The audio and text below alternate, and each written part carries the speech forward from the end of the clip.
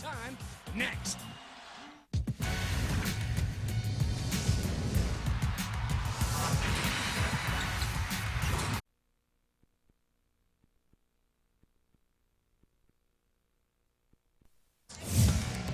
Last season in Atlantic City, 9th-seeded Dayton stunned the top-seeded Xavier Musketeers in the A10 quarterfinals. This year, the two teams met twice in the regular season. The Flyers dominated the first matchup at UD Arena in January, but Holloway took control of the second matchup in the Queen City, Cincinnati. An overtime win for the Musketeers. Two longtime rivals meet for the 158th time next.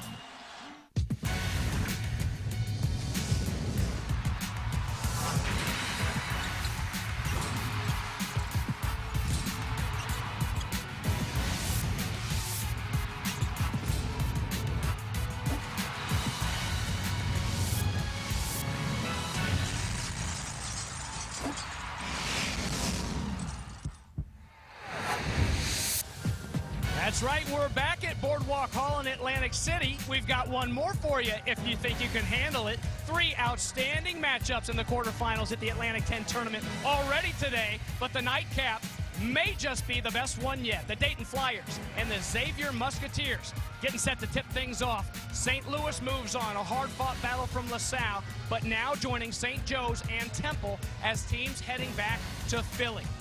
One slot left, and it will be a team from Ohio moving on. A guy from Ohio lives right there in between Dayton and Xavier, and Steve Wolf played point guard, a captain for the Xavier Musketeers in his playing days. I'm James Bates, and 40 minutes separate these two teams on I-75, but we had to come all the way to Atlantic City to play it. These teams want this game. Xavier has not stayed overnight in Atlantic City on a Saturday night, so they're looking to win this game to move on. Both teams want to get in the NCAA tournament. This is the best route, trying to win this game this evening. Well, they were sent home earlier than they thought they would be last year by this then number 9 seed Dayton squad. As you take a look at the last 10 games, always a tight matchup and always a good one. It was overtime there in Cincinnati the last time they got together. The 158th meeting between these two schools, and for Dayton fans, it probably seems like Holloway, the senior point guard, has been there for 153 of them. I tell you, he's been there for 4 years, and he's played a lot against Dayton. And this is a guy, really, as Holloway goes, so does the Xavier team. He's their leader. He tries to get to the basket, but he also can shoot the three. The other thing he's been doing a better job as of late is getting his teammates involved on the offensive end. And against Dayton, he was spectacular. 32 points, player of the game. This Holloway's going to have to play that way this evening. A first-team All-A10 player. Chris Johnson, just an honorable mention, and folks in Dayton don't like that. And I don't think he likes it either, James. I think he felt like he was slighted. He has a lot to prove. This is one of the smoothest players in the A10. He can drill the three ball. He is a guy that Dayton players look to give them the edge. He'll have to play well this evening. 1-1. These teams have split in their two previous matchups this year. It's the rubber match, and when we come back to Atlantic City, the rubber hits the road.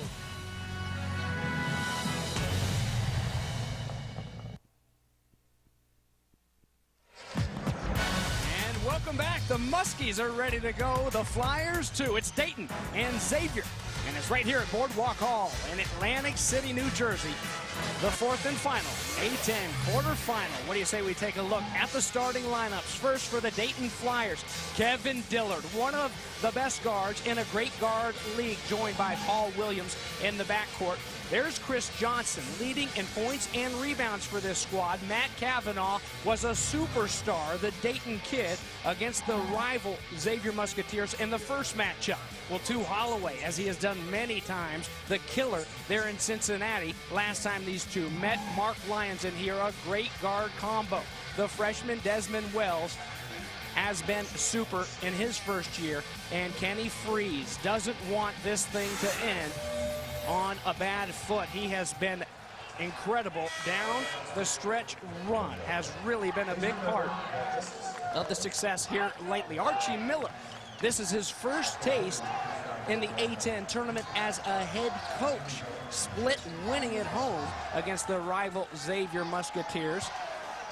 And of course, losing on the road to Chris Mack's squad, Chris Mack's school, where he was a captain in his playing days. as a guard after transferring from Evansville, a Cincinnati high school product, and a great one at that. We told you the 158th meeting here in Atlantic City tonight. And this season they have split, each winning at home. Earl Walton, Jeff Clark, and Wally Rutecki to call the shots here tonight. And these officials have been busy. We have had some very physical play, some very fun ball games here so far in the Atlantic 10 tournament. This one, though, promises to be as exciting as any of them. Kenny Frease and Matt Cavanaugh to get this thing going. Frease, the winner, out to Walker. See if Xavier looks to get Kenny Frease involved in the game. They've got him closer to the basket in the last couple games. He's been very efficient. He's going to have to go against Cavanaugh, who's dominated in the first game but did not do much in the second game. Well, and they fed him and got him rolling early, Steve, and that has really changed the way this team has played. And they don't keep that offense. They haven't changed it completely, but when they do, and they've done it a lot early, Kenny Frease has made a huge difference. Kenny Frease can get those easy buckets. It makes it a lot better on Holloway and Lyons. The guy that played well for Dayton in the George Washington game had a chance to sit courtside and watch. Devin Oliver just played spectacular in that game. 19 points and 8 rebounds, his career high. A great defender, Demo. Shot clock going down, and a good job by Frease to intercept the pass intended for Cavanaugh. There's Mark Lyons, the junior. He'll be back to Holloway. Frease and Andrew Walker will not.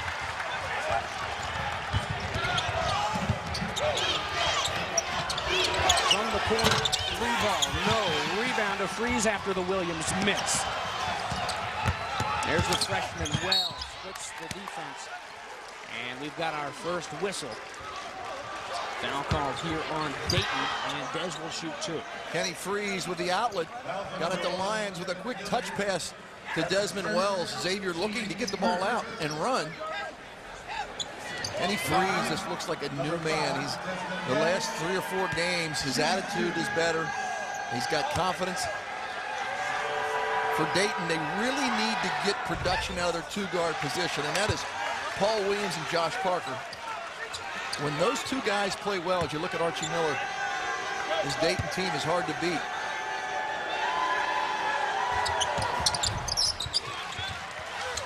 So Wells gets one, and that's the first point here in this fourth quarterfinal here at Boardwalk Hall tonight.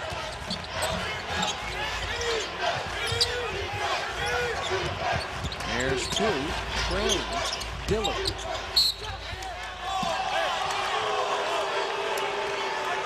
And you get Lyons for the push on Oliver.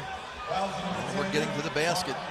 Oliver's been asserting himself in the last couple games, and they need that. They need another scorer. When Johnson and Dillard are struggling, they got to get somebody else in the game that's consistent. Oliver, the sophomore, 7 straight starts. The lefty Johnson fires up and misses, keeping it alive, though. And a fresh shot clock for the Flyers. There's Williams. At Lyons trailing and went right at Frease. Misses in the rebound to Frease. That was great help by Frease. Made sure he didn't go too far so he couldn't get that rebound. Leaving it for Walker, no. Well, with Oliver and all these starts here as of late, somebody's got to sit, and Luke Fabrizius has come off the bench and has done a pretty good job at it. 3 ball short for Dillard. And Dayton has won 6 of their last 9 games, and Archie Miller will tell you it's all because of the defense. And when it comes to defense, it's mostly D-Mo, and the offense coming from Wells, and big chunks for Xavier. A nice 3 ball, and he has all 4 Musketeer points. I need Kenny Frease on the, is that Kenny Frease or is that, it was Wells. With Desmond Wells with the elbow. Xavier being physical, but you know, the reason why that last play worked with Holloway penetrating in is because you got to help off on Frease. He's more productive in that low block. That left Wells open on the perimeter. That's the first on Wells, 2 here early for Xavier. Kavanaugh right at Frease and has his first points. It's a nice angle by Kavanaugh, getting Kenny Frease on his back, and he was able to beat him to the basket. Wow. Lyons, Frease, bucket is good, and big Kenny Frease will head to the line and try to make it a three-point play. Get the ball low to Kenny Frease. Now he's getting the ball a lot lower on the low block. You see the double? Kenny Frease goes into Oliver, and he goes strong. That's going to be a factor. If Kenny Frease can stay out of foul trouble and continue to get deep in the paint, that'll bode well for the blue and white. Can't get that one to rattle in, so it'll stay at 2 for Frease, who has led this team in scoring and rebounding in the last 4 games. Here he works on Kavanaugh, who finds a streaking Demo. Oliver up and throwing it down. They're going to give a technical foul on Oliver. You're allowed to hang on the rim if there's somebody underneath you, but Archie Miller is not happy. He is pulling Oliver out of the game.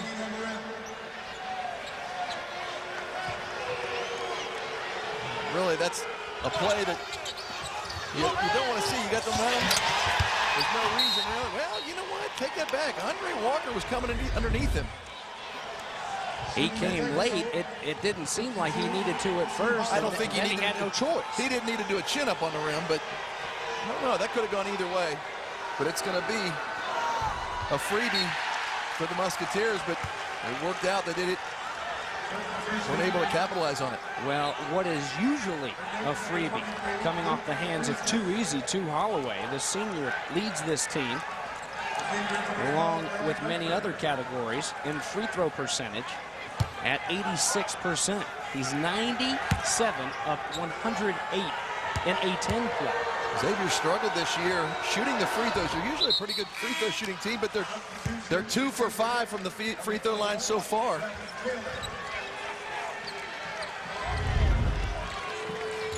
You know, I think when you look here, what you're going to do, stop right here. See now, underneath, he's coming in underneath right there. Okay, that could have been you know, holding on the rim. But what happened was he did a chin-up. And I think the referees decided that was a little excessive. At least that's my calling. For the record, I'm going to go with Devin Oliver on that one. You see, I'm one of those guys that I think they should be able to, in the end zone, do a dance. I don't have any problem with that, as long as it doesn't hurt anybody.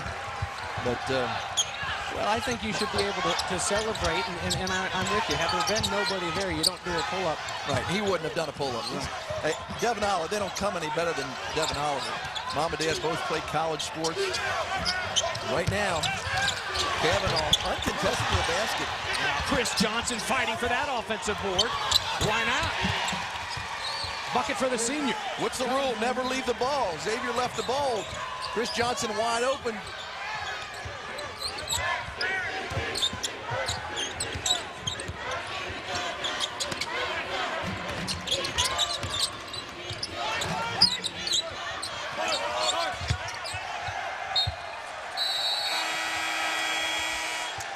An ugly looking shot from the senior Walker. There's Lyons working around and getting it to Taylor, but back down at the other end. Chris Johnson on a mission here down the home stretch. It's 9-6 X-Men.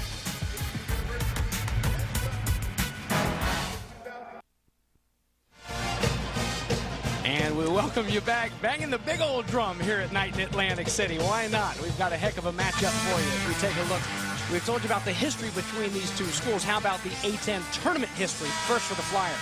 Yeah, Dayton, you know, has a winning record, but they'd really like to get more than that one title.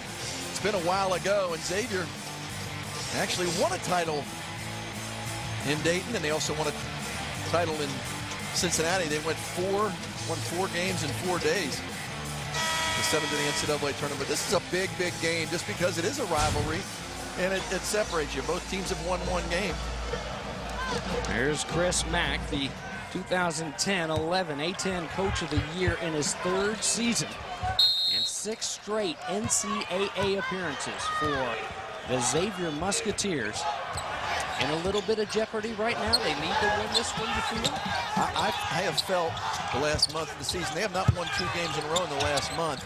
I think every game you got to play like it's one and done. Whether you get in or not, that's great. You see Frease is hitting a 3 in front of Andre Walker. But I think both teams have to play like this is their last game.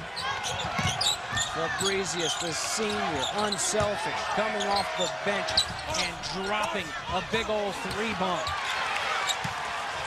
Here come the Flyers. We're tied at 9. Kavanaugh knocks down Lyons, but no whistle. There's Matt Kavanaugh, and here's the lefty Johnson. Yes! Senior wants to go to the dance. He's been once before. Chris Johnson just got a beautiful stroke, but he's got some height on Brad Redford and Redford's not able to get out and extend on him. This is not a great matchup for Xavier Musketeers as far as who's playing what, but you know, Frease gets open so easy on the 3. You'll watch him. This is Andre Walker. Watch it. He's supposed to go over here, but his man goes, but he doesn't go. And watch Frease come off the pick by Kavanaugh. Walker gets tied up. Frease is wide open. Took a dribble, shot the jump shot. Right now, Dayton on a roll. 2 straight 3-point jump shots. The run, 8-0. Almost 11-0. Little too strong for the senior Frease. Wow, 2 Holloway. Shaking him up, baking him up. Ball goes down. 2 will head to the line and shoot, trying to make it a 3-point play. 2 Holloway just keeping the ball low, and you'll see him go around Frease. Frease can't pick up on him. He's a little bit too slow in getting over to Holloway. Hits him on the shoulder. This is a big game also for 2 Holloway because really would like to get back to the NCAA tournament. He has always said he doesn't want this NCAA streak to end on his watch. Got a tie ball game.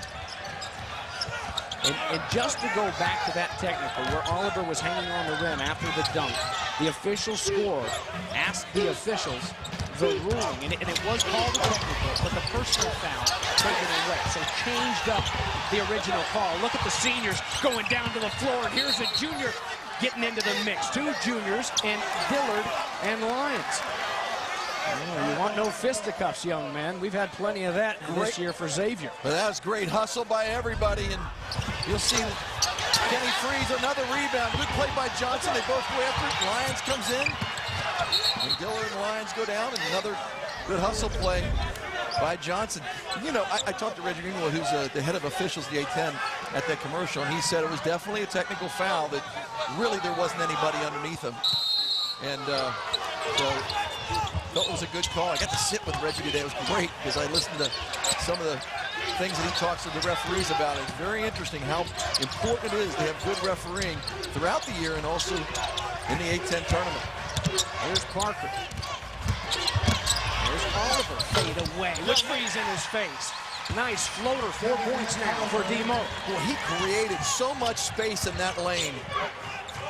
Nobody was anywhere near him. He's got that little floater in there. What a good athlete.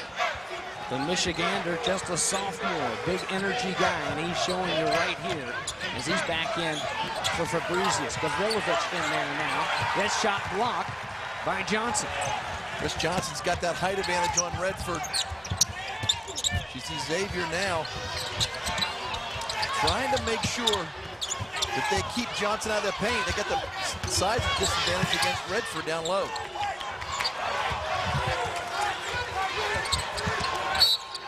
We're going to call Gavrilovic on the moving pick, and you've seen that a couple times today.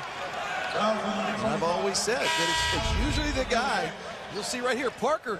Watch how Parker goes up there. He doesn't go close enough, so Gavrilovic has to put a little bit more of the effort to get Lyons from following Parker to the basket.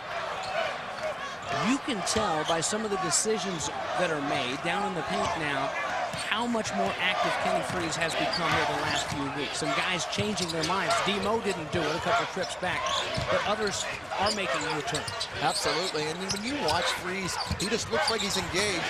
That's a bad pass by Lyons, but He's engaged on a low block. He feels like he's actually has a chance to score when he gets the ball down there. Scoring just what Josh Parker does. The senior going right at Lyons. They try a little bit too hard that time to get it to Robinson. That's 2 bad passes by Lyons, but Xavier just needs to slow the ball up. Dayton trying to get it off the miss, off the turnover and get down and score quickly. It's an up and down game, but really a low scoring game with 12 minutes left in the half.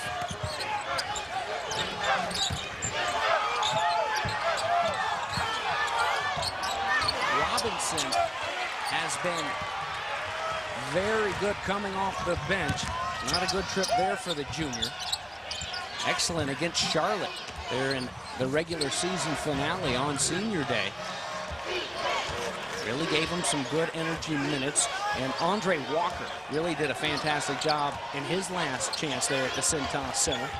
In the first half, especially against the 49ers. They were down 14 early on, but you see now with 8 seconds on the shot clock, Williams going against Kenny Frease, and that's going to be a turnover. And they're going to call Williams for the push. That's a smart move by Holloway. But, you know, when we talk about Dayton, you got to get production out of your 2-guard. Josh Parker, a 2-guard. Dayton up by 4.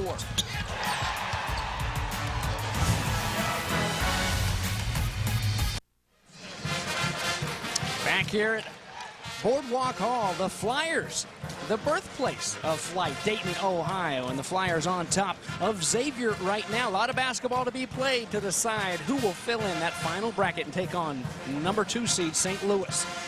Well, a 5-point lead at one point for Xavier, but Dayton comes storming back thanks to the defense. Well, the last 3 possessions, Xavier has made some poor decisions, I think. Throwing high passes that are short.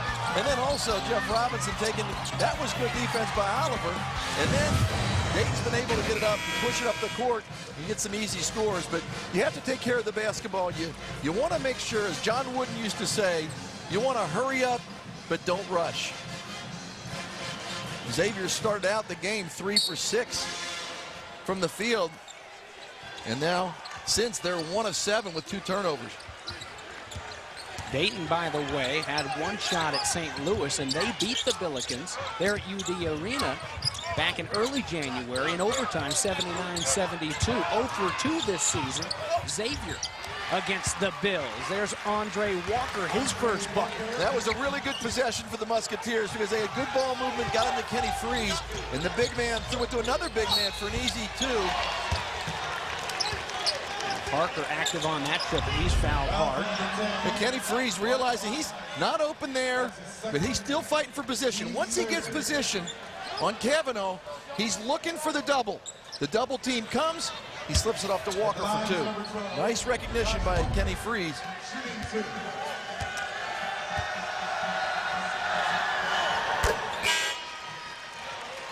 Josh Parker in the game against George Washington was very pivotal. He had some big buckets down the stretch, knocking down a couple threes. They've expected a lot from Parker, and right now they're getting it at the end of the year, and that's really important, as we've talked about, for this Dayton Flyer team to advance. 2 for 2 on that trip for the senior Parker. He's got 4 now, and the lead is back to 4. 10.5 left to play here in the first half. It's a good matchup. D. Davis and Josh Parker. As you see the errant pass by Wells. It was a good idea. Just threw a little bit too much mustard on it. That's the 3rd turnover for Xavier, who averages just over 13 a game, as does Dayton. How about the St. Joe's game today? They had 1 turnover in the first half. You know, St. Bonaventure, what did they end with? 1 3-pointer for the game. We've had, you know, we'll look at Temple. Temple doesn't turn the ball over. Yep. And they were lulled into that frantic pace of UMass and turned it over 20 times. Jazz Williams will do that to a lot of people. I cannot wait to watch Jazz Williams from courtside tomorrow afternoon. Jazz Williams and the UMass Minutemen will take on St. Bonaventure. How apropos is that name? A minute, that's about 10 possessions for them. Isn't that the truth? Coach Kellogg has them running and gunning. No bucket. Well, speaking of guys like Chaz Williams, there's your first team All-Atlantic 10.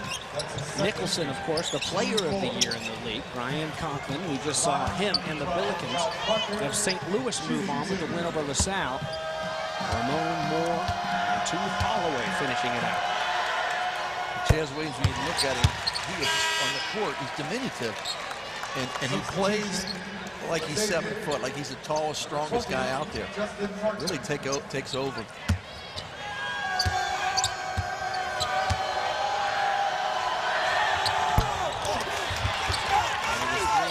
Until that one went off the back of the iron. Glad you're with us here at Boardwalk Hall. It's the A-10 quarterfinals here in Atlantic City. This is round 2. Round 1 got started at the higher seeds, home spots, along with Steve Wolf. I'm James Bates, and we've got Xavier and Dayton for the 3rd time this season. And if you know anything about these two teams, you don't need that graphic. Everybody knows those Flyers are wearing those red unis.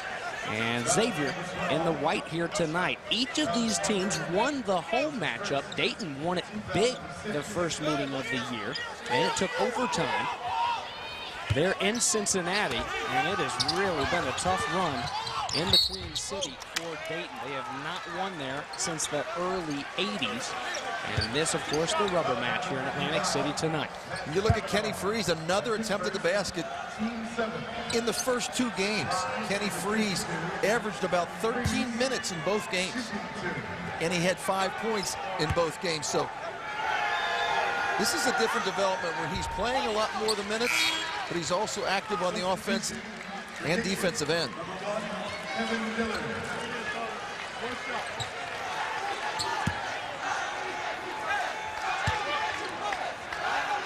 Kenny from Massillon, Ohio, right there near Canton. Those of you that have seen the Go Tigers documentary, it is one of the biggest football hotbeds in the country. For those of you that follow football at all, I asked him yesterday at shoot-around if he played football. He said, yeah, until 6th grade, and I just got tired of playing offensive line because I couldn't carry the football. I was always too big. I think he picked the right sport. Great career. And his mom was a very, very good basketball player at Youngstown State. His parents are here for the tournament. Two nice offensive linemen, I'll tell you that. 2. Been a little bit quiet there on the offensive end. 4 points right now for the senior. Usually just when you say that is when he starts firing up about 15 points in a row. Slipping there on that new logo. Xavier needs to regroup. A little bit out of sorts on that. I think you have to look inside. You got Walker and you got Frease. You got to utilize your big guys and run some offense. Well, the shot clock goes down. The bucket won't go. Steve, we've seen a lot of that in the tournaments across the nation. These temporary logos. They are slippery. Put that one back, and here's a block call on Justin Martin. You got your peanut butter in my chocolate. Yeah, well, you'll see over here, right on the Reese's, you see, he does slip, but he does not walk. That's a real good call by the defense. He picked up his pivot foot a little bit at the end. But that is an issue. Wolf, you are supposed to answer with, you got your chocolate and my peanut butter. And then I was to sing 2 great tastes in 1 candy bar, Reese's Peanut Butter Cups. Tell you what, you're all about that advertising. Oh, man. I was born too late, you were born too soon. Actually, our stagehand, Gail, gave me a Reese's before the game, so I actually am involved in that. You see another blocking foul on Davis, and they're going to count the bucket. Xavier is not able to get there quick enough as Dillard takes the freshman off the dribble, and that's his strength coming to the basket by Kevin Dillard. This guy has been a major reason why Dayton is a contender this year. Kevin Dillard has had a solid year this year. You know, could have vied for that first team, but I think it's great to see him on at least one of the all-conference teams. Well, he was the Missouri Valley Freshman of the Year. He started his playing days at Southern Illinois. Nice offensive board there for Gavrilovic. Under 8 minutes to play. here in the first half. It's 21-15 Dayton. Rebound for Lyons. You know, Chris Johnson's one of those guys, every time he shoots the ball, you think it's going to go in. It's just so pretty, that left-handed jumper with the fluid motion, but that was good extension by Justin Martin on the perimeter. Here's Frease. Placed up and then turns to back to Gavrilovic. Kept alive and a fresh shot clock here for Xavier. Xavier getting when they get the ball down to Kenny Frease, it really opens up the outside for that jump shot. And that's a nice play by Kenny Frease inside out. Lyons able to step into that. You know what else opens up that jumper? Parker trying to come down and help on Frease, and he knew it. You can't leave Lyons open like that. Hard high pass to Gavrilovic, and he's fouled by Kenny Frease. Hell, the senior, he wants to go out a winner. Kenny Frease, he's been dominating on the low block, but an assist for number 32. Dayton up by 3.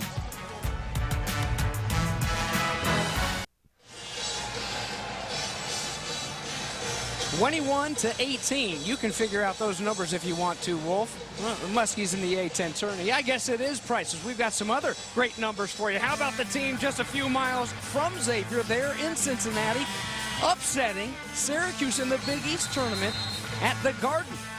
24-9 Cincinnati. My Gators squeaking by former Dayton Flyer Anthony Grant's team, Alabama 66-63. Well, I go from my team to your team. How about your Wolfpack, a big win? I think they're in now. Mark Godfrey's got the Wolfpack playing some great basketball. Of course you do, and Sparty continues their role. They beat Iowa today. And just so you know, another score update as the fun continues across the land. Baylor up 6 on Kansas. Man, I have Kansas as the #1 seed, and I also have Michigan State. I think Michigan State is going to be a tough team to beat in the tournament because Draymond Green is just phenomenal. I love the way he plays. First team all Big Ten. So your #1 seeds are Kansas, Michigan State, North Carolina State. In Florida. No. Steve Wolf started his playing career after a great career at St. Xavier High School there in Cincinnati, at NC State before transferring back home. And it wasn't with Jim Valvano, it was actually Norm Sloan. So that's a question you get. As you see a nice big to big pass. Andre Walker setting up Kenny Frease, and you can see what the game plan is. Kenny Frease down low, fighting hard for the ball. Gavrilovic is behind him. He's got bad position, and you see Frease taking it in. And you know what I think Frease would be better off doing is just going straight up on Gavrilovic. He has the height. He's going too deep down on the low block. Just take it on up.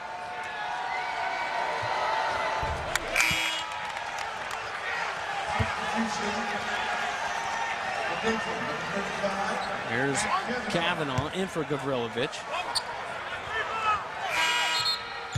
So important when you're a big guy to make those free throws because you work so hard to get the ball inside. 1 of 4, it's almost like a turnover, and then if it's a bonus, it's even worse.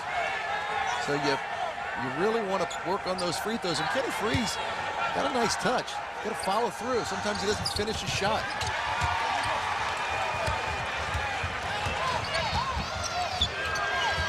(22-18), 6.5 minutes remaining here in the first half.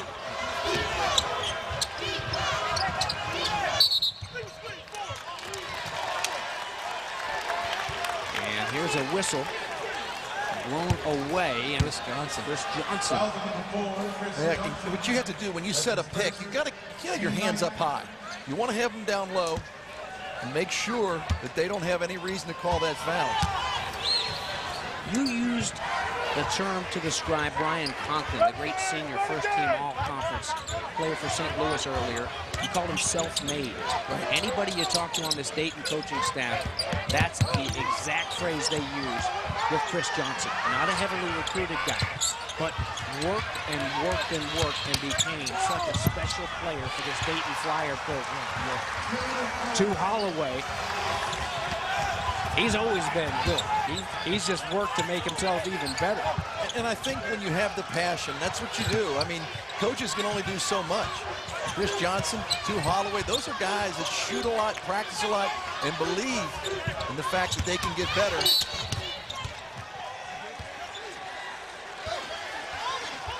Holloway, when you're struggling shooting the ball, you like to get to the basket. You see him get around Kavanaugh, and then Dillard does something that I tell young kids not to do. Don't try to take that charge so far underneath the basket, because you can juke around it, as you see Holloway was able to do.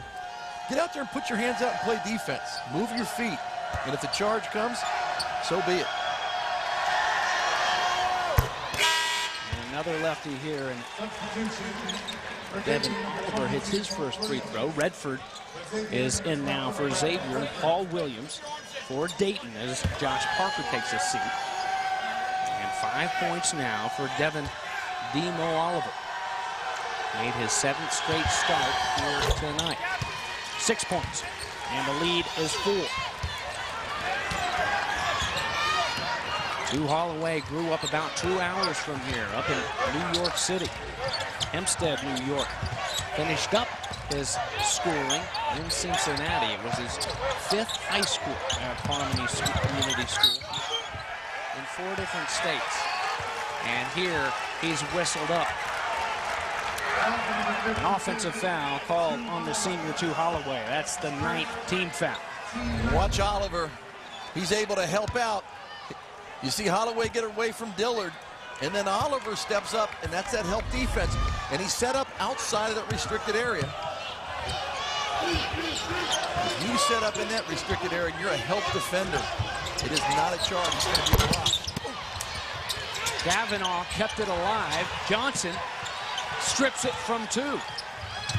Fresh shot clock as we near 5 minutes left in the first half. Right now, Xavier out of sorts defensively. You got Kenny Frease on the perimeter, but you're going to get a foul. I think it's going to be on Kavanaugh. Good rebound by Martin. Now, Chris Johnson is a smart basketball player. When you get a guy airborne out there at the three-point line, you let him go into you and foul you, right? But not when it's Kenny Frease, the big man coming down on you. It's got to be scary. I think you talk about smart. He said, I don't want 300 pounds coming full force on me, but this has been the Achilles heel for the Xavier Musketeers in this first half. They're down 24-20, and they're 4 for 10 from the free throw line. They have to start converting on those free throws. Xavier in the double bonus, but it's not helping them.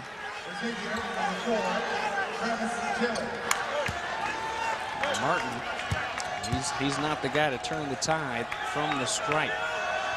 Under 50%. And 0 for on that trip, so the lead will stay at 4.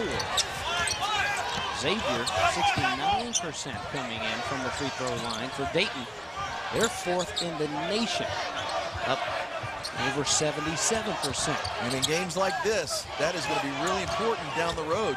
Close games, if you can shoot free throws, definitely can pull the wins out. Ravilovich is fighting to get the ball down low. Xavier in that zone, trying to protect some of their players from getting more fouls. And the jumper rolls out from Johnson as the shot clock ticked down. Good ball movement, getting the ball where you want. They have open shots, not able to knock them down. And they'll step out and double team Holloway. Archie Miller in his first year as head coach, clapping him up over there, trying to get a nice defensive stand. And driving is Martin, and that is number 2 on Johnson. And once again, getting to the free throw line is great, but you have to convert. Xavier, 4 of 12.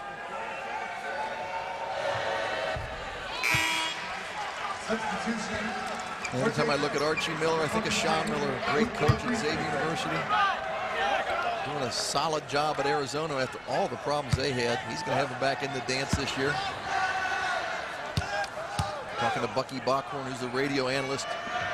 Been at Dayton for years and years. Actually, they just named the court Cronin. They have a court over at the new Cronin Center. And they're going to name it the Bucky Bockhorn Court. One of the greats in Dayton's history and an icon in Ohio. Gavrilovic continues to fight down there, and now he's yelling out there, somebody give it to me, I'm fighting so hard. Finally, they fire it back inside after the penetration, and a 3-ball rattles out off the hands of Oliver. Flyers just one of their last 8, sorry, but you know, James, they're getting great shots, really good shots out of their offense. It looks like they're moving the ball the right way. And Xavier, they're going to call a foul on Andre Walker.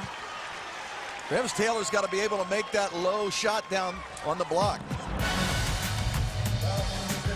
24-21, 3 points separate these two Ohio squads.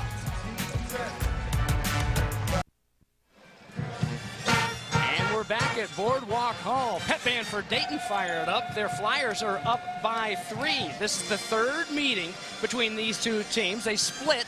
Now, a lot of people remember the meeting in Cincinnati for the big game, 2 Holloway, the overtime. I remember it for what happened in the Open. You remember, don't you? Greetings, everybody. So glad to have you with us tonight. Along with Steve Wolf, I'm James Bates. Well, they're ready to rock. Hey, man. Woo! Give me a shoot. Oh. I guess Okay, we're standing they're ready up. to rock here. Let's keep it going in the Cintas Center. You see how rough things are? Woo! They're always ready to rock. You know what? A big-time rivalry, not a big-time stool, but a big-time need for a win for both of these teams. A lot of ramifications. Oh, my God. That's all I get, a lot of ramifications. I appreciate you diving and saving me. I actually put my hand out. It's amazing how much feedback we had on this. But you went down. Scotty was in my ear. Scotty Brandywine was in my ear saying, hey, we got to get back on. We're still working here. But that was fun. I've had a lot of fun with that.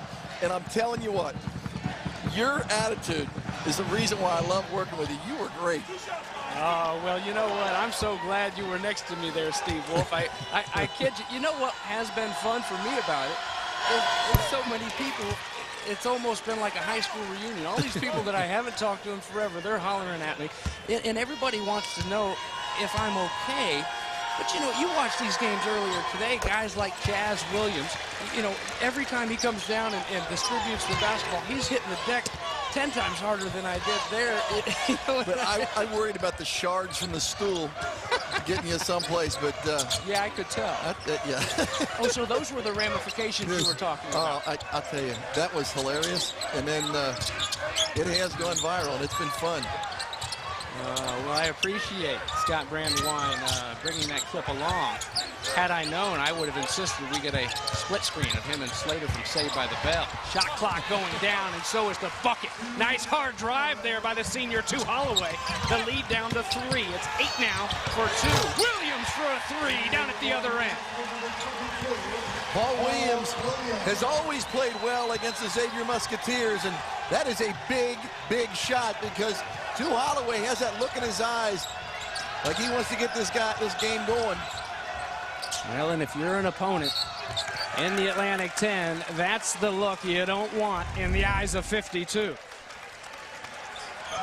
Well, you see the nice drive by Holloway. He gets up and under on Gavrilovic, and then the Dayton Flyers answer. A nice inside-out pass from Dillard to Paul Williams, and Williams drains it.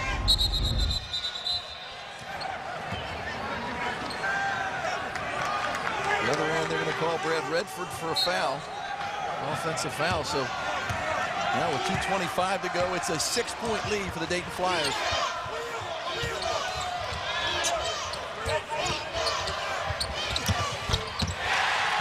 Kevin Dillard, downtown. He just does so much for this team, whether it's dribble penetration, running the show. They need a big shot. You go to Kevin Dillard, a lot like Kwame Mitchell, and then he can do so many things for his team. Soak into Holloway. You talk about creating. And there was nobody within 5 feet of 2 Holloway. The run was 8-2 prior to that bucket from Too Easy.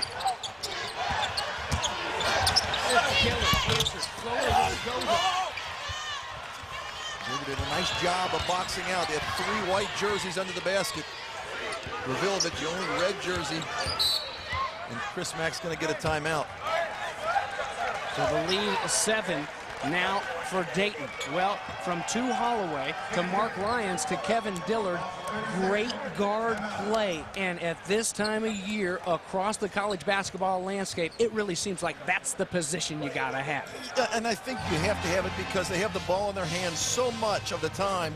You want somebody that can control the game and also make good decisions. And as you look at those two guys, the two of the best in the Atlantic 10 as far as running the team. Talking about Chaz Williams, we're going to see him tomorrow. Kwame Mitchell, one of my favorite players. I'm so excited to watch him continue to grow. Kid from St. Louis, struggled all last year, sitting out. This is a big game, though, for the seniors. You know, you're Xavier, you don't want to be sitting there on Sunday waiting for your name to be called. You want to try to get to that championship game and win. And with the Dayton Flyers, same with them. I don't even think they're on the bubble yet because of their strength of schedule in the RPI, so they need it even more than Xavier. Xavier trying to make it to the NCAA tournament 7 times in a row. There's a turnover as Lyons goes down to the deck, but bailed out by Justin Martin. Lyons is hurt. At least he's limping down the court. Xavier drops back into that matchup 2-3. And you'll see the guards pointing, pushing guys over. In a zone, you push guys over. But you have to talk in a 2-3 zone. And if you're Dayton, you want to try to get the ball in the middle, whether it's by dribble, like that. Kick it out for the 3, Williams. He's a Xavier killer. That's the second 3 of the night for the senior lefty, Paul Williams. Williams had 18 points in the last game and 13 in the first game. He's on his way this evening. Offensive board. The putback won't go, but Kenny Frease will shoot 2. When you dribble in the middle against the zone and you're able to kick, that's a nice pick by Oliver. But you see, right over in the middle, he'll kick this ball away at the side, over to Williams for the easy jump shot. So what he did was he sucked in the defense, nobody out to Williams. Kevin Dillard just does a nice job.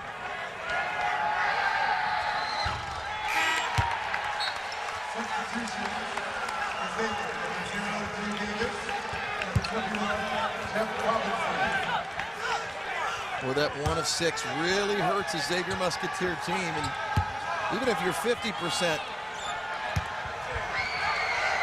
it would be a lot better. He is just struggling. It's almost like a turnover every time he gets to the free throw line. And what he's doing is he's rushing. Watch his knees when he bends. Well, or when he goes to shoot. He's not bending his knees. He's standing up and shooting all arm and wrist. And a lane violation called here on Dayton, so he'll get one more try. It's all wrist. You gotta bend your knees. And when you look at Kenny's disposition, the biggest problem I think with players is they're checking out the clock right now is your mind when you're playing basketball or any sport. You have to have a positive attitude. You can't drop your head when you miss shots. That's not just Kenny. 6 of 16, this Xavier team from the line. Well, just over 22 seconds remaining in this first half, and coming up at halftime, Adam Zucker will take it back in the New York studios. We'll talk about all the conference tournaments. Plenty to talk about for Adam Zucker, and highlights, of course, from around the nation. Plus, we'll talk to St. Louis assistant coach Chris Harriman. Chris Harriman, who was the head coach the last regular season game for the Billikens. We'll tell you about that. Make sure that Coach Rick Majerus is feeling better after his scare there in Pittsburgh. And there's an update for the brackets. The first 3 games were spectacular here at Boardwalk Hall earlier today. And St. Louis, the Billikens moving on, surviving the last Philly team standing. And they await the winner of this one, a rivalry that has been around since 1920. Boardwalk Hall was built in 1926. And if you're Dayton, you're going to look to try to get an easy shot. Dayton started out 2 for 10 from behind the arc, but they are 4 for 4 since. Great move, great pass. Wow. A 10-point lead for the Dayton Flyers, but just good dribble penetration and a nice kick. Who do you think it's from? For Breezes? Nobody out, extending on the three. Biggest lead for the Dayton Flyers. Wow, PW. Nothing pee-wee about that shot. That was from way back, and the largest lead of the game as these two teams head into the halftime locker room belongs to the guys from Dayton. It's 38-28. 1/2 left to play. Don't go anywhere. After this break, we'll send it to the New York studios and right back here for halftime fun.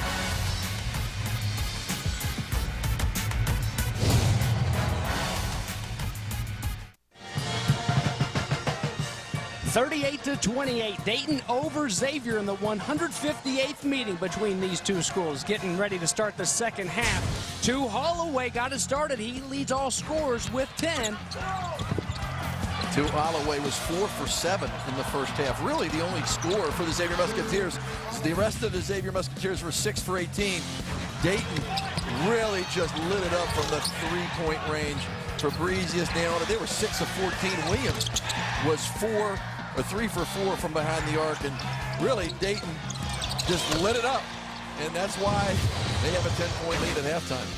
Well, and there you see 3 is more than 2. 6 of 14 beyond the arc for Dayton. Only 2 3-point buckets for Xavier, and the free throws. That has been the ongoing story and the ongoing struggles in the first half. How about your wolf pack of questions, you former NC State guy? Who are those 4 #1 seeds for? NC State will not be. And you're going to let Kentucky, obviously. Syracuse lost today, but I think they're the #1 seed. North Carolina, no matter what they do in the tournament is superficial to me. And Kansas, I know they lost, but I still think they're a #1 seed. The most dangerous team for me is the most talented team, and that's the North Carolina Tar Heels. When they played Duke the other night, I couldn't believe it. They're like an NBA team. How many A-10 teams will be dancing? I think that there's going to be 3. Obviously, Temple's in. St. Louis is in. It could be Xavier. It could be the tournament champion, but I think they'll have 3 teams in the tournament. Well, Xavier, part of that great run for the Atlantic 10 in the last 4 years.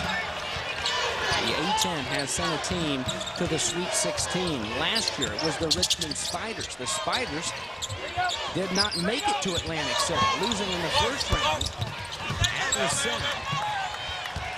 But watch out for Chris Mooney's squad next year. A young team, and it really will be an exciting league next year. First things first, before we get too far ahead, let's finish out a great run in the A-10 this year and what has been an excellent first day here in the quarterfinals in Atlantic City for the tournament. At halftime, Doug Hochschild, the SID from the Dayton Flyers, sees Holloway getting in the lane and scoring. Doug Hochschild, one of the best SIDs in the country, got the Bob Bertone Award. Congratulations to Doug Hochschild. You see Holloway, he does not want to end his season this evening, getting to the lane. You can see how he uses that left hand. He's strong, uses the left hand, puts a little spin on it.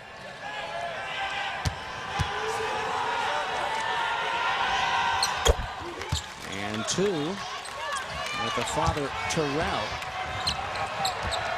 2 was called 2-2 growing up. Everybody called him 2-2. He dropped the second 2. Now he's just playing 2 Holloway, Terrell the second. There's that number 52.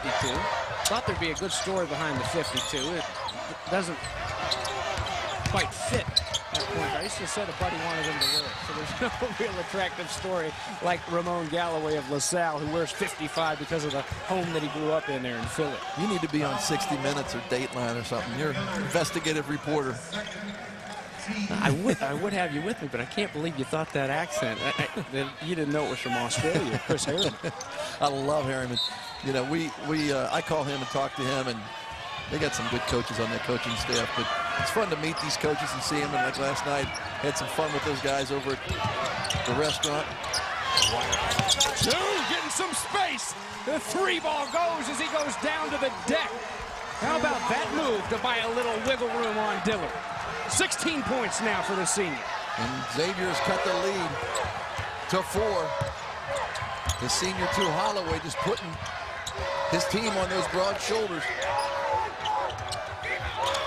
And that's what we talked about in the first half. When you have a guard that can take over and wants nothing more than the rock in his hands in crunch time, this is the time of year when it shows the most. And Holloway coming out of the locker room firing. You'll see the step back. That's what we talk about, the skate dribble, trying to get some more room, and you'll see Holloway going up. He also falls back. They don't call the foul. On the other end, Paul Williams having his way with Mark Lyons, and Kenny Frease picks up the foul trying to help out. Now Williams with those 3 big threes in the first half adds to it with 10 and now 11. Some guys just really get up for other teams, and Paul Williams has been a little bit inconsistent this year, only averaging 9 points, but when he plays Xavier, he is an All-American. Well, there's Lyons. And usually when you get 2 that starts to heat up a little bit, Lyons isn't far behind. There he is crossing over Williams this time. How about that? That is a great play by Holloway. To Holloway fighting on the perimeter. You see the nice pick and roll. Now watch Kenny Frease go right to the basket. Devin Oliver worried about Andre Walker sneaking out to the perimeter. He never sees that block open. Kenny Frease able to get free.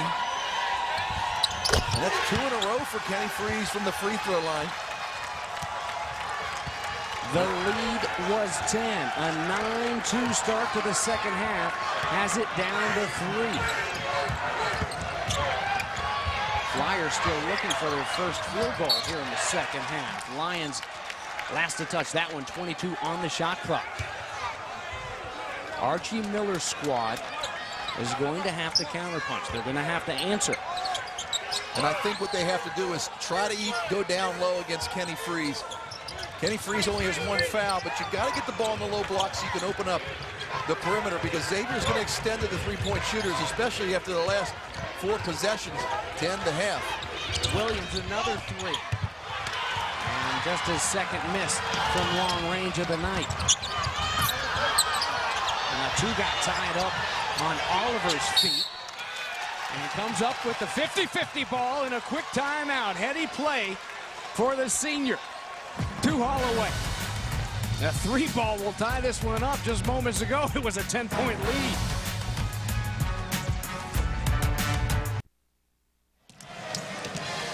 Welcome back to Boardwalk Hall. A 3-point game, 40-37. Dayton on top. How about a look at the tourney resume for the Xavier Musketeers? 19-11, and it was the first 8 games of the season were big wins for Xavier. Wins at Vandy in overtime, against Purdue, at Butler, Cincinnati, who just beat Syracuse today, and to Holloway, who leads this team in just about every category, has certainly led the charge out of the halftime locker room. In the second half, he's 2 for 2, 6 points, 2 rebounds, a lot of 2s.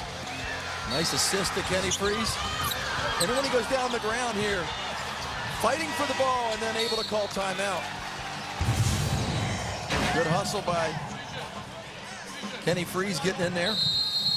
The to Holloway, we've talked about in the open, you know, Xavier goes as 2 goes, and that's a super quick pass by Lyons into Frease, and now it's a 1-point game.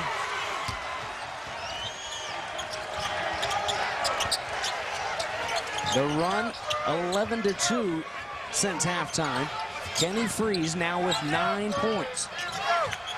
Dayton fell in love with that jumper because they were shooting it so well. Now they got to get back inside. They can't fall in love with that 3 ball because statistics will come to roost.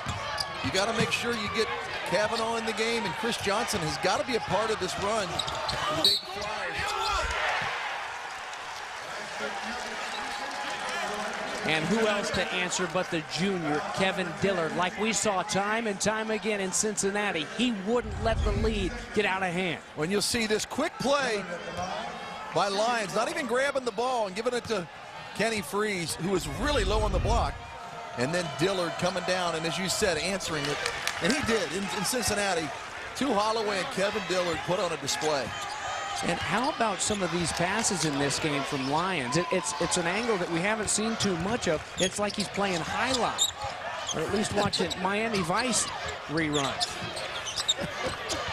The swing, and it's working for the junior guard. Frease down to the deck, and it's taken away by Dillard, but he steps on the baseline.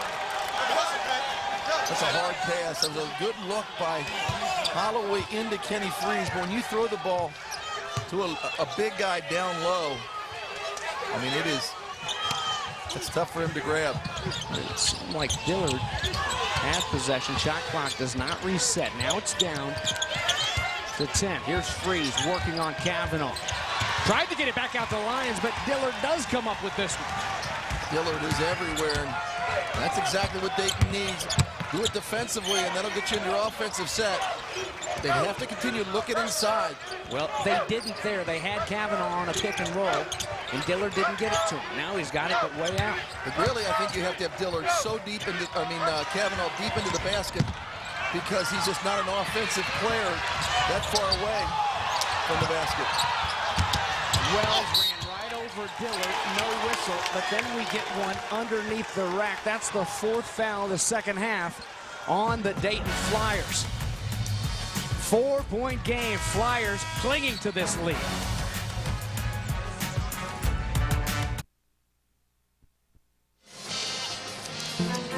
Boardwalk Hall, it's not just for basketball, my friends. The largest pipe organ in the world, built in 1929 right here. 1964 was the Democratic National Convention, and oh yeah, how about Macho Man Randy Savage and WrestleMania 4 over the $1 Million Man Ted DiBiase? Hulk Hogan won it the next year. PBR, of course, now makes its home on CBS Sports Network. An all-star game. We've had some great boxing matches over the years. Tyson in the Sphinx Jinx in 1988 that lasted all of 91 seconds. That was promised once and for all. And of course, built in 1926, right in the heart of the Prohibition era. Edward L. Bader, the mayor then, who, Nucky Thompson on HBO's Boardwalk Empire was actually Enoch Johnson. And Steve Buscemi does such a great job. I know you give me the excuse of having kids and you never get to watch TV, but that is a great, great show. And it's supposed to all take place right around here, but it's actually shot up in New York. But what a great spot for the A-10 tournament, and we'll certainly miss having it here after 6 wonderful years in Atlantic City. I don't have time to watch television. I'm too busy trying to keep up on my Wikipedia that you told me to keep up on. No, you're not. I'm trying, man. Well, along with Steve Wolf, I'm James Bates. Hope you've enjoyed this great day of college basketball. And the weekend's just getting started. We'll have the semis for you tomorrow on CBS Sports Network. We've already got one set up with UMass, the number 8 seed, upsetting the Temple Owls, who are a number 1 seed. He'll take on St. Bonaventure, the 4 seed in this tournament, and the 2 seed St. Louis Billikens. Await the winner of this one. Kavanaugh jumper as the shot clock goes down to 6 off the back of the iron. See, that's not the shot I think that I would get Kavanaugh. He's open down low, but they're missing him underneath the basket. As you see Holloway just taking over. This is a good thing for Xavier and a tough thing for Dayton, because Holloway just has that look in his eyes. And I've seen it far too many times where he takes over a game.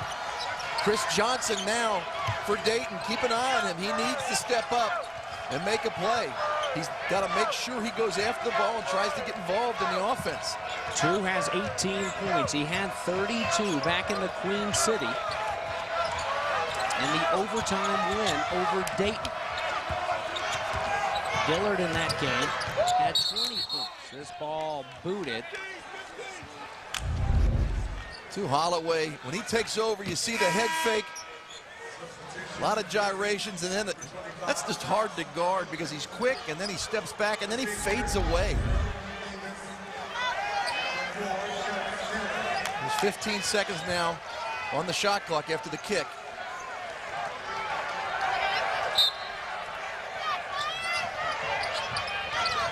I really believe that you got nobody picked up Gravilovich as he went straight to the basket. Nobody missed assignment. Big fella taking it hard to the rack.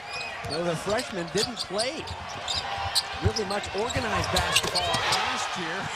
Oh, man! 2 is feeling it right now. We're knotted at 45. Tell you what, he has that look, and it's a confidence. You talk about keeping your head up, and right now he feels it.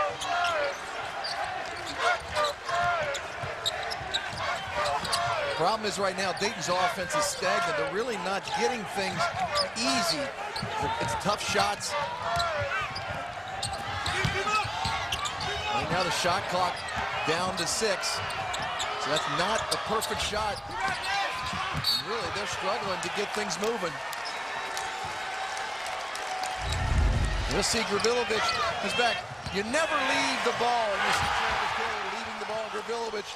And then Holloway just taking over. As you see him putting up the signal for the 3 ball.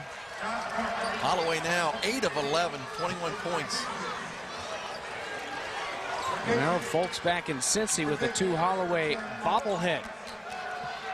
Give it a little flick right now because he's nodding that head. 45-45 here at Boardwalk Hall in Atlantic City, New Jersey, along with Steve Wolf. I'm James Bates. Glad to have you with us as these 2 great college basketball rivals have traveled to AC to get it on. Fading away. This one will not go for 2. 3-guard offense for the Xavier Musketeers. They have 3 guards that are under 6 feet tall, trying to go for the quickness aspect on the defensive end. Fabrizius had a nice 3 coming off the bench earlier. They could use some points right here. And Chris Johnson back on the bench, and this is scary for Dayton. 4 fouls for the senior. Do everything. He has really not been productive. This is a guy that I think that has to be a part of the Dayton offense. Because if you look at where Dayton's shots are coming from, they're from behind the arc in the first half. That's what got them the lead. Now they're getting a little bit cold from behind the arc. Somebody needs to step up, whether that's Dillard or Parker. Getting to the basket. And that's a really nice foul by Gravilovic because Kenny Frease has been struggling from the free throw line. He's 3 of 8, so you may as well foul him.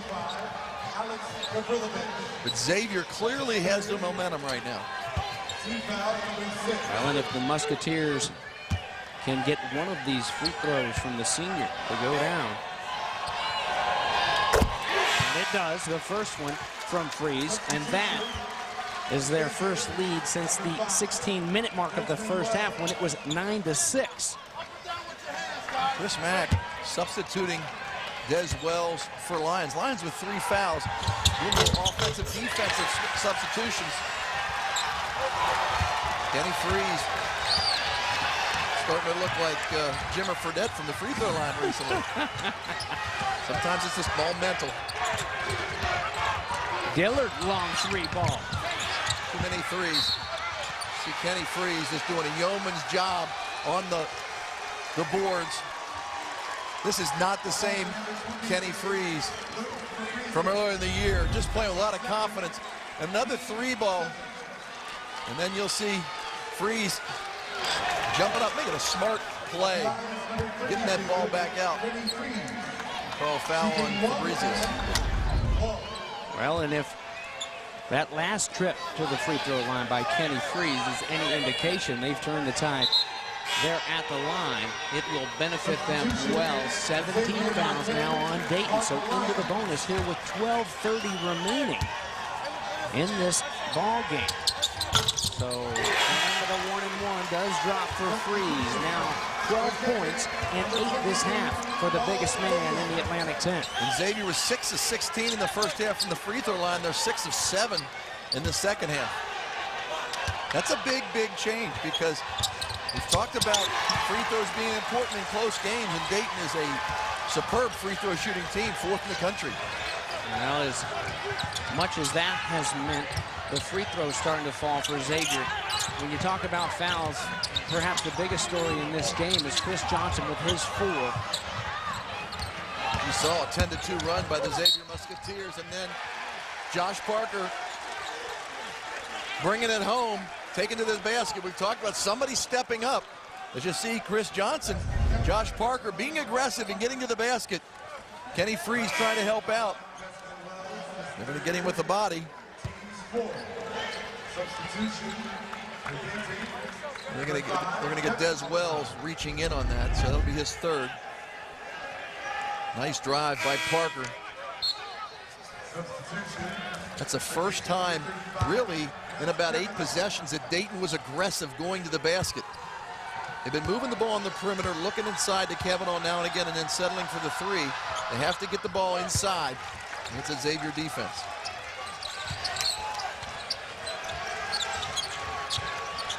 Parker after the make puts a little bit of pressure on D. Davis now, the freshman from Bloomington, Indiana.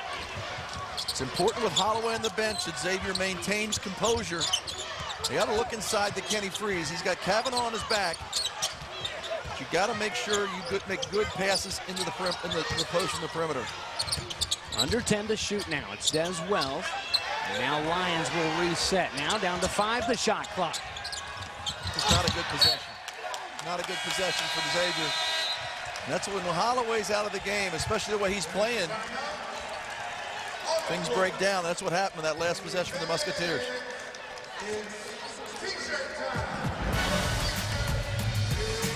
49-48.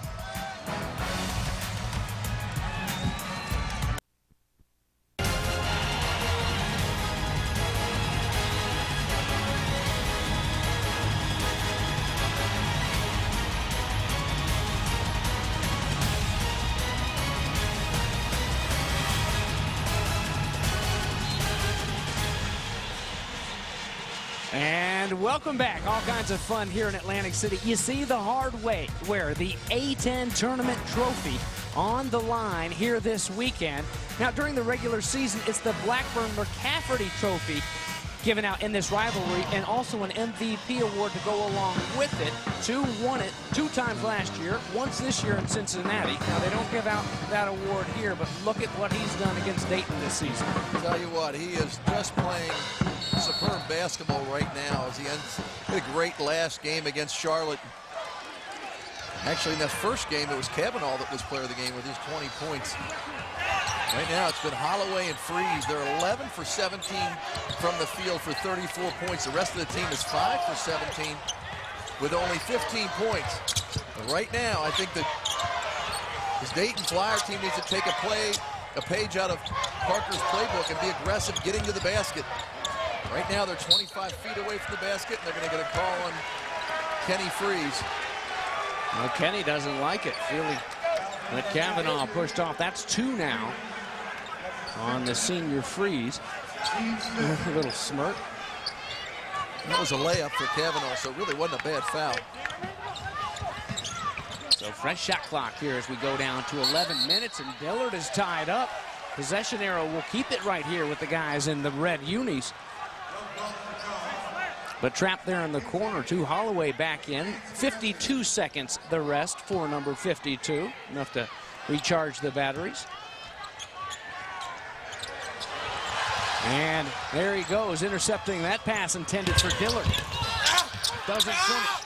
Rebound, Wells, freshman with the putback.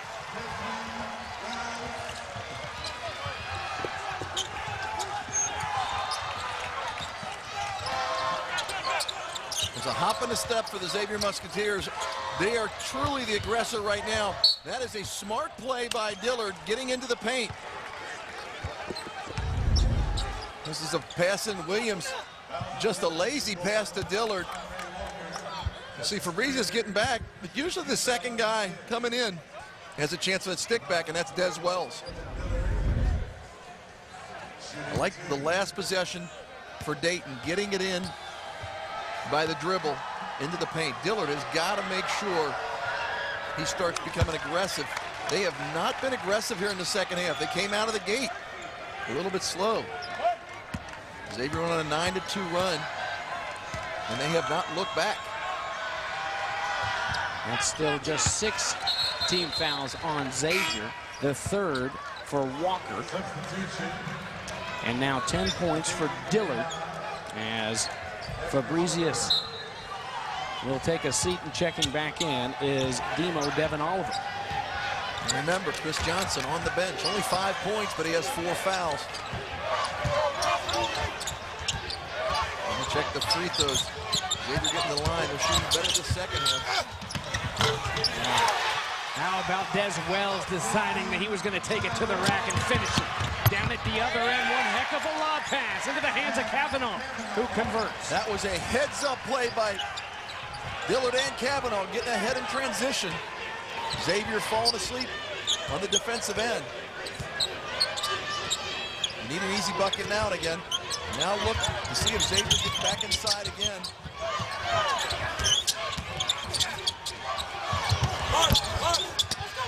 Two. After he was on fire there for a while, he's missed his last 2 shots. Here's Dillard decides to take it strong to the hole, but he can't finish. And fouled is Oliver as he gets the rebound and goes back up for the putback. Guys are going hard right now with 9:44 left. But you have to go to the basket. You see it. Dillard taking over this game for the Dayton Flyers, protecting the ball, and then nobody picks up Oliver. You got to find a man. Andre Walker not able to put a body on Devin Oliver. Now Dayton with a chance to take the lead again. That's 4 fouls on Walker. Oliver now with 7 points and 6 rebounds as the transfer from Vanderbilt. The grad student Andre Walker, pursuing a master's degree in sports administration, will take a rest. 4 fouls for him. 7 and 7 now for Demo.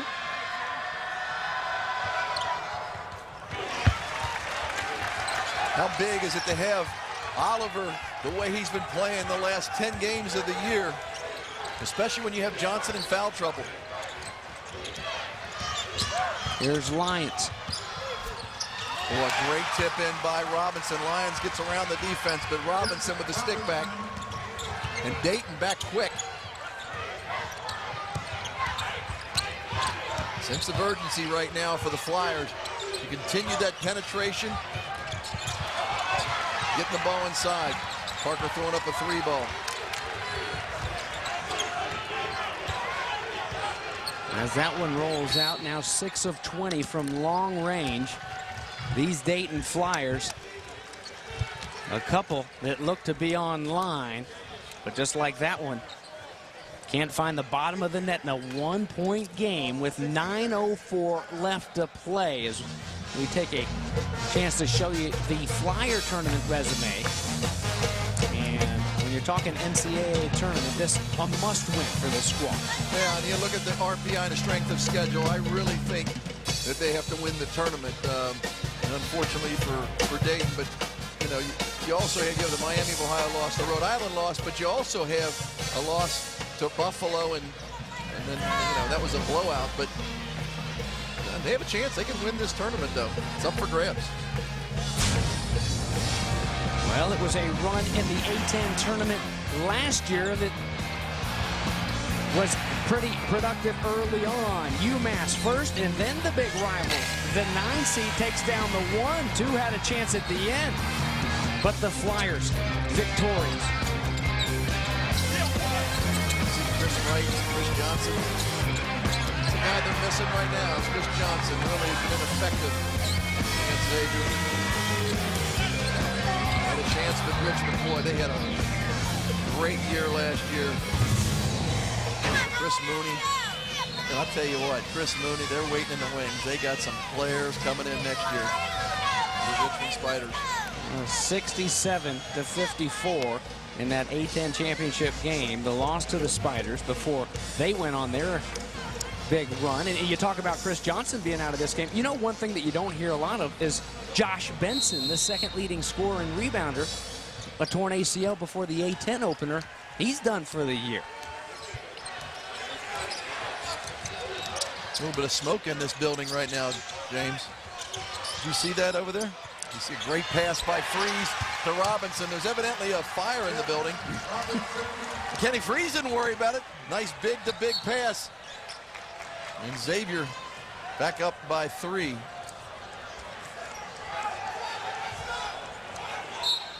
Now that you've fallen off the stool, if there is a fire, I will try to save your life. I just want to let you know that. I will come back and get you.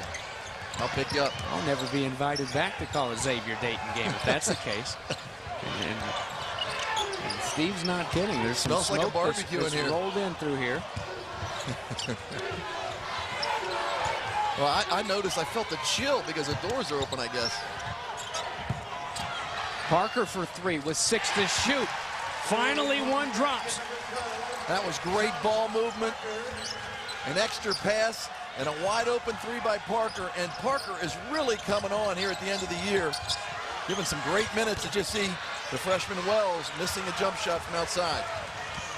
Quick to fire that one up, and under 8 minutes we go, tied at 57.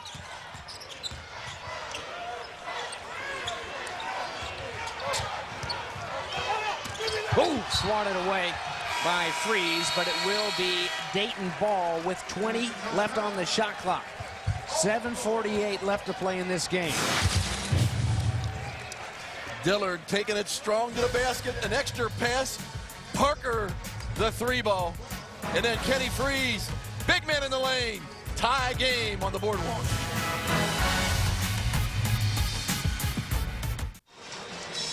Xavier came storming into this one, led by 5 early in the first half. The lead 10 at halftime for Dayton, but we're tied at 57. Who will join the other 3 already there? UMass with a nice win over Temple, and upset in the first one today. Then St. Bonaventure with their win, the number 4 seed, advances with the win over St. Joseph's. And, well, when you add it all up, Temple, St. Joseph's, and LaSalle, the number 7 seed, with a 7-point loss to St. Louis, they head home as well. So all the Philly guys are heading back home. And one team from the great state of Ohio will join the other 3. 40 miles, give or take, separate on I-75 back in Ohio. These 2 schools, 2 great basketball towns, UD Arena and the Cintas Center, 2 of the best venues in college basketball. You're starting to like the state of Ohio. You spent some time there. You see the shot clock running down. It didn't hit the basket, so it'll be Xavier ball. But now, when you go to Dayton, I got a couple of great restaurants there for you. The Pine Club. You go to the Boathouse, you go to Skyline, and go to Teller's. When you go to Dayton, you got to go to Pine Club. That's the place to go. Great steakhouse. Okay. I'll get you back in Cincinnati. Oh, I'll get you in that warm weather. I'd love to, and you know what? My dad has actually been up there all week long, former NFL coach, helping out Urban Meyer and those Ohio State Buckeyes. And right now, Xavier's got to get back on the aggressive path. Holloway has not been doing much of late, but his sidekick, Lyons, just takes it to the basket. What Dayton is doing is they're face guarding Holloway, making it really hard on him to get the ball. Parker goes right by Holloway, but they're waiting on him. Travis Taylor. Well, you see right here, it's man-on-man. Lyons using his body, getting the angle on Dillard.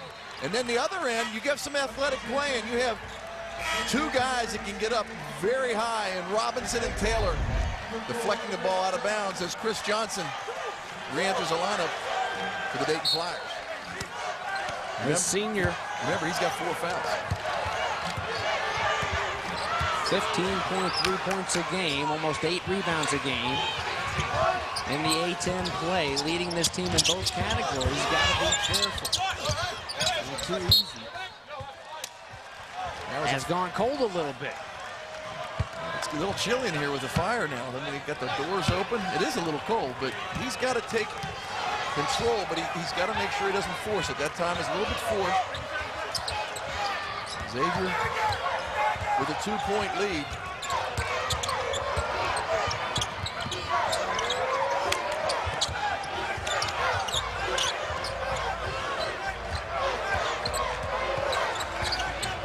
Robinson walked out on Dillard. Dillard got stuck, turned it around, and the bucket goes. Kevin Dillard a chance at a 3-point play and a chance to give the Flyers the lead back. Playing against Jeff Robinson, he gave him 3 different fakes. You'll see right here, Robinson's about 8 inches taller than Dillard. There's no reason for him to jump. And there's 3 moves in there, and then he gets the foul on Jeff Robinson and a chance to take a lead again for the Dayton Flyers. Talk about a winner. This kid really has helped this Dayton program. See Robinson going to the bench.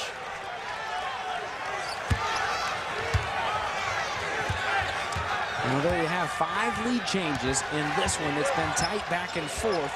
And it doesn't even come close to that St. Joe-St. Bonaventure game. 24 lead changes in the second game of the quarterfinals here at the A10 tournament earlier today. Lyons kicks it over to Frease. Frease finishes right past Kavanaugh. That was a smart move by Lyons. He's been able to get to the rim, and so everybody helped out. Kenny Frease slicing to the basket.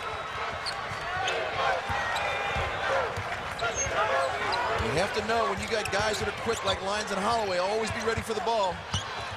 Dillard with the 7-footer. Freeze, a hand in his face, over the top and down the bottom of the net. It's 63-61, under 5.5 to play.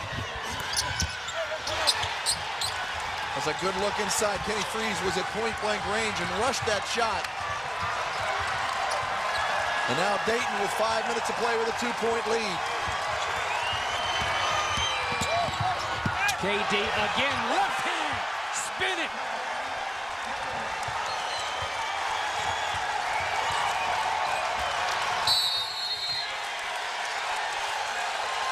(8-2) the run for the Flyers, and the Flyer faithful up on their feet. How about Dillard? He gets in the lane. He's got a 7-footer on him. Pull-up jump shot. Kenny Frease not able to extend on him. And here, watch a little spin move. Up and under. And that's really hard for a 7-footer to guard a quick guy like that. But give Dillard credit. He has just taken over this game for the Dayton Flyers. Well, KD not part of that great run in the A10 tournament last year, making it to the final game. He sat out after the transfer from Southern Illinois.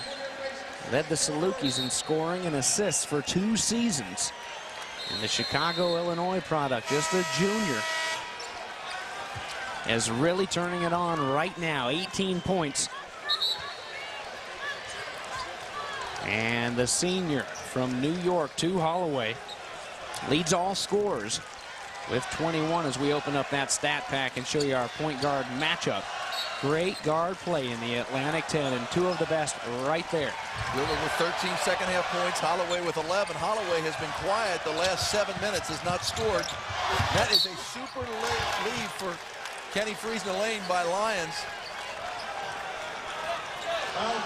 He threw it through about 2 sets of outstretched arms, and Frease right back to the line where he will attempt foul shots 13 and 14. He's 7 of 12 thus far.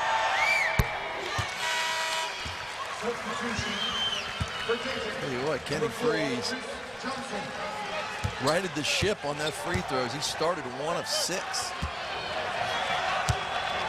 Kenny Frease now 9 of 14.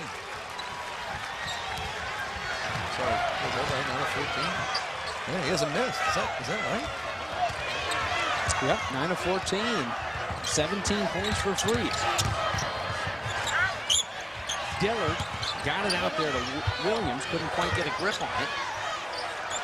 4.5 minutes left to go. Xavier trailing by 2. Lyons was not ready for that. It was basically a turnover, and they got it, but Lyons was not ready for that tip ball. 2 Holloway is now guarding Dillard. And I think the reasoning behind that is that this is Holloway, the senior, little pride, making sure that he takes over this game, not only in the offensive end, but the defensive end, kept Dillard in front of him on that possession. How about Wally Wittek, the official, building a little bit of drama here in game 4. He caused an extra beat.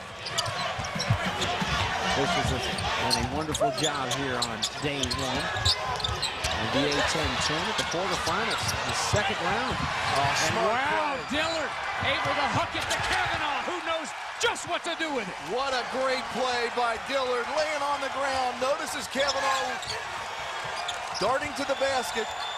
Smart play by Kavanaugh, too, and getting out of there. Frease, a nice feed. Unable to finish, though, the freshman Wells. That's a good look by Frease. Lots of time left right now. It is important for Dayton to take care of the basketball and continue to be aggressive.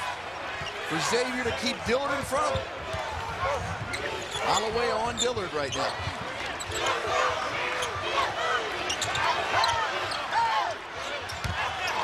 Man, could you have asked for any better games in this tournament this year? I mean, this has been a great day of basketball. That was one on that Reese's peanut butter logo over there. Again, this time at the other end. Two falling down. Kavanaugh is fouled. That's 5 on Andre Walker. But Kavanaugh, born to be a Flyer. Mom, dad, uncle, grandpa, they were all Dayton Flyers. Born to fly, baby. Kavanaugh throwing it down.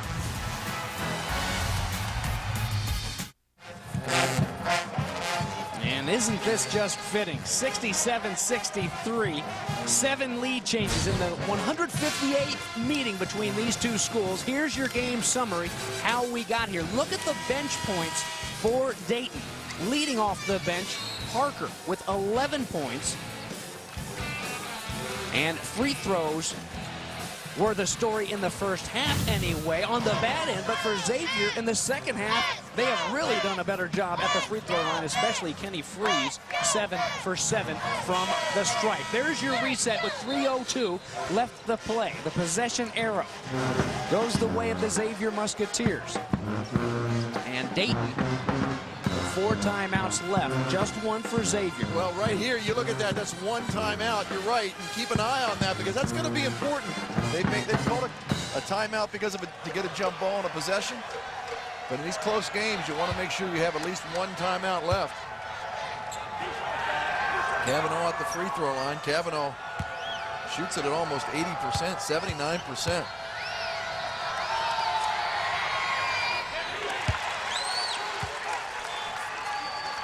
That will take the lead to 5, 68-63. Kavanaugh now with 7 points. Here for the junior. Make it 8 and make that lead 6. 69-63 as we go under 3 minutes here at Boardwalk Hall in Atlantic City. The A10 quarterfinal. Along with Steve Wolf, I'm James Bates. So glad to have you with us for a great college basketball rivalry in a great venue and one heck of a tournament. It's Atlantic 10 style. An amazing back and forth day in all of these matchups. We've seen UMass, the 8 seed, upset Temple 77-71 to get the day started in the first quarterfinal. And then the 4 seed, St. Bonaventure Bonnies, in a game that featured 24 lead changes, beating St. Joe's. And then St. Louis sent the last team standing from the city of brotherly love back over to Philly, about an hour away from Atlantic City. That ball will rattle around for Xavier's Mark Lyons, who now has 6 points. The winner of this game will move on to take on those Billikens in the semifinal tomorrow, when we remind you that both of those semifinals will be on CBS Sports Network. Substitution, Xavier, number 0, B. Davis. So 2:47, obviously a lot of basketball left to be played. The question that's got to be on a lot of basketball fans' minds, especially Musketeer fans, is there a chance? If Xavier loses this one to Dayton, can they still get in? Oh, they can still get in. I just think you have to wait on Sunday. You never know what happens. You don't want to leave it into the hands of somebody else. Another team winning or losing. It just makes for a little bit more of a stressful Sunday afternoon. Shot clock going down, only 3, now 2 left to go. Williams was falling down. And he walked on it. No logo to blame right there. He just slipped, feet came out from underneath him. So a wasted trip for Archie Miller's squad. You'll see, slipped, and that is a travel. That's a good call. But I'll tell you, you don't want to have empty possessions. And I think if you're the Dayton Flyers, you got to continue trying to get to the basket, maybe get a free throw. There's a lot of time left. You don't want to play to keep from losing. You want to play to win. And that is what Xavier is doing right now with Lyons getting to the basket and an and one. Bowling for dollars. 2 Flyers hit the deck hard, and Lyons drops the bucket and the defense. The Lions with 9 points, and none bigger than these 2 going in there, and now having a chance to cut the lead to 1. Talk about excited. You think he's fired up? Lives a couple hours away in Schenectady.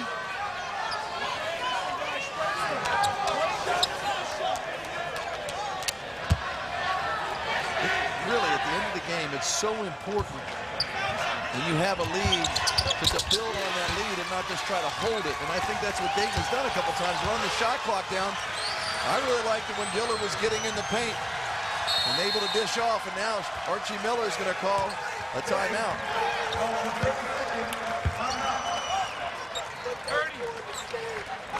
Lead down to 1. 3 timeouts left for Dayton as we revisit that Xavier Musketeer tournament resume. And then they're clearly on the bubble. I think, the Cincinnati win today against Syracuse doesn't hurt. That didn't look like a great win back in December, but it sure looks like a great win now.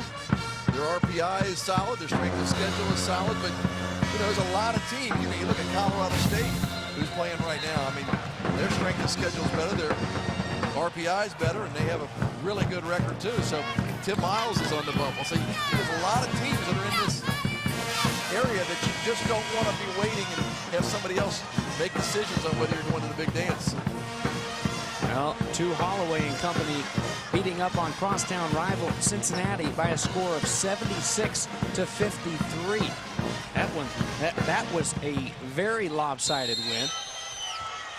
And you got to win this for a lot of reasons, and one of them, you don't want to go back home and have to sit there and read the Cincinnati Enquirer about how good these Bearcats are down the stretch if you're Xavier. You want to hang around, too. Big win for Cincinnati over Syracuse today in the Big East tournament. Let's see if Chris Johnson gets in the action.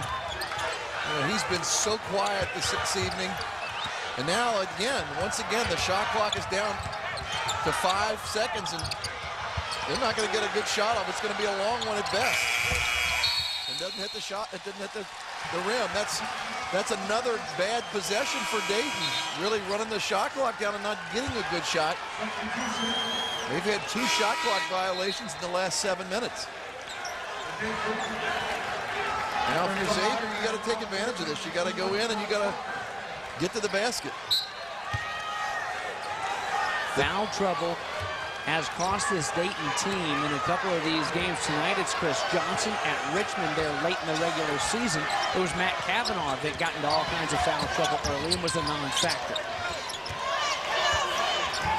And they regroup and hang on here in Atlantic City and move on to take on St. Louis.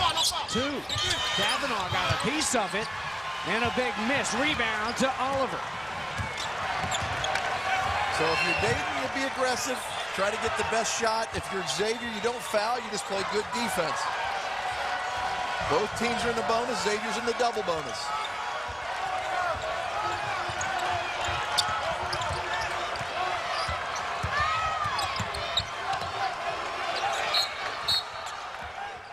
And before it can get back down there, shot clock will stop at 11 as Archie jumps up and calls the timeout.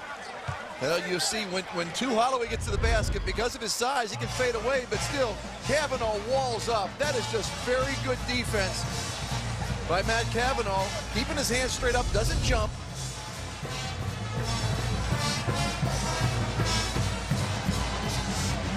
Well, we've batted 2 Holloway on the back quite a bit. And you got to go over to the guys in red. And Kevin Dillard has really run this show his junior season all year long.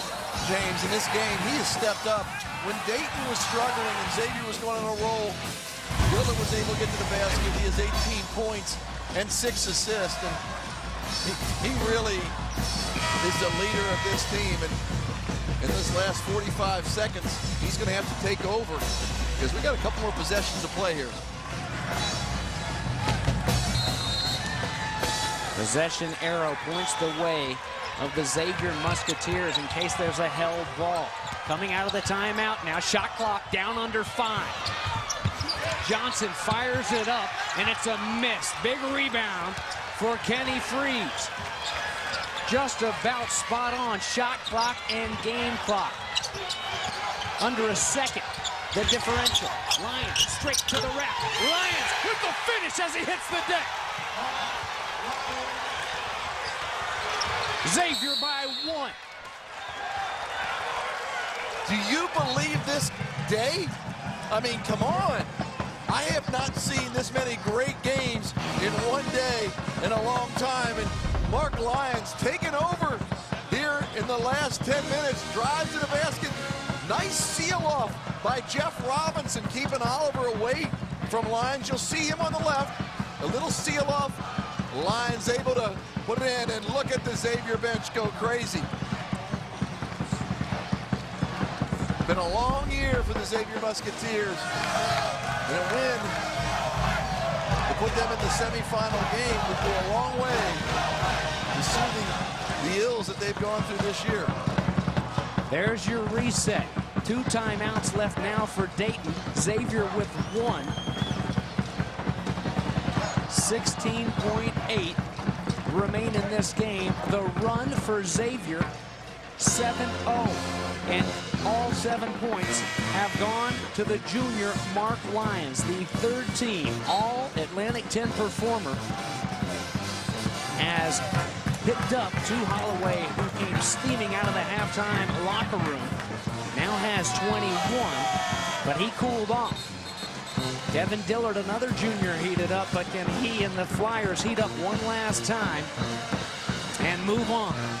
If you're Dayton, you got to start moving to the basket. They're going to be setting a lot of picks. Look for Kevin on the low block. Look for Dillard getting to the basket, trying to get a foul. When the shot goes up, if you're Xavier, you got to find a man to box him out, because a lot of games are lost on second chance baskets. And if you're Dayton, you're not giving Xavier another chance. Either win it. Kavanaugh, no. Kavanaugh goes for his own rebound, and it's slapped out of bounds by Xavier. 5.3 left, and Dayton has used its last timeout.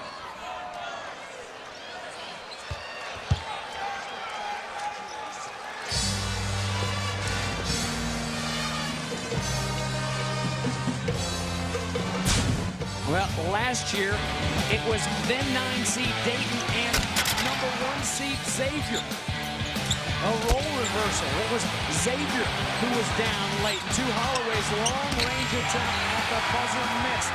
The first time Dayton beat Xavier in a conference tournament game since 1990. And look at this, a year later, as we wrap things up here at Boardwalk Hall in Atlantic City after 6 great years. An amazing start to this year's tournament in the quarterfinals. All kinds of excitement from the giddy-up, and here we are in the nightcap.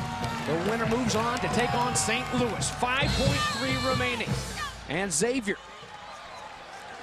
uses its last timeout to talk it over with Coach Chris Mack. Xavier's last 5 trips, they're 0 for 4 with 1 turnover. As you check the brackets, somebody is going to leave this game and go play the Billikens of St. Louis. So now you're talking, if you're Xavier in that huddle, using that last timeout, now are you not only talking defense after you got the look after that timeout, but you're talking offense as well now. I think what you got to do, if you Dayton, they're probably not going to change much. But as far as the Xavier Musketeers, they're going to have to make sure they talk and communicate. You may say in this huddle, hey, we're going to switch on all screens. You may come out in a 2-3 zone. but it's a decision that you have to stop and make sure there's no easy attempts by the Dayton Flyers. If you're Dayton, you got to set solid screens and execute your out-of-bounds play.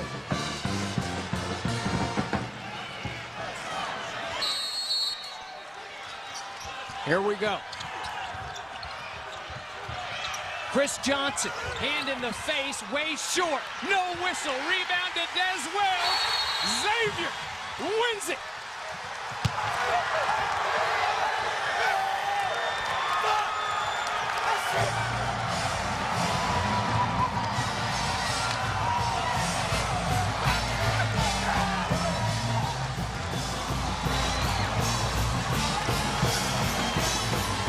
And the 3 seed survives and will advance to the semifinals tomorrow in the rubber match. It's the Musketeers, the guys from the Queen City, that stand on top with a 1-point victory here at Boardwalk Hall. Well, you'll see right here, this is a staunch defense. That's good extension by Lyons. And Kenny Frease, once again, being in there and sealing off his man. You got to be happy for Kenny Frease. Had a solid game, 17 points, 7 rebounds. But it's a tough pill to swallow for the Dayton Flyers. What a great year for first-year coach Archie Miller. Well, they called him Tutu growing up, and the way Holloway was leaping around there, he looked just like a ballerina. The grace of a ballerina at times in this one. And 21 points to lead all scorers. Frease with a big game as well, 17 points and 7 rebounds, and now we can fill them all in. It'll be UMass and St. Bonaventure first up, and then in the second semifinal at 3:30, St. Louis and Xavier, as the Musketeers look for some revenge, dropping 2 games this season to the Billikens. And we remind you, both of those semifinals will be on CBS Sports Network tomorrow afternoon. 70-69, our final. For Steve Wolf and our entire crew, I'm James Bates. For the latest scores, news, highlights, and analysis, log on to Atlantic10.com. This has been a presentation of CBS Sports Network. Semifinal number 2, St. Louis and the Xavier Musketeers, 3:30 tomorrow. So long from Atlantic City, and thanks for watching. We'll see you on the rebound at Boardwalk Hall.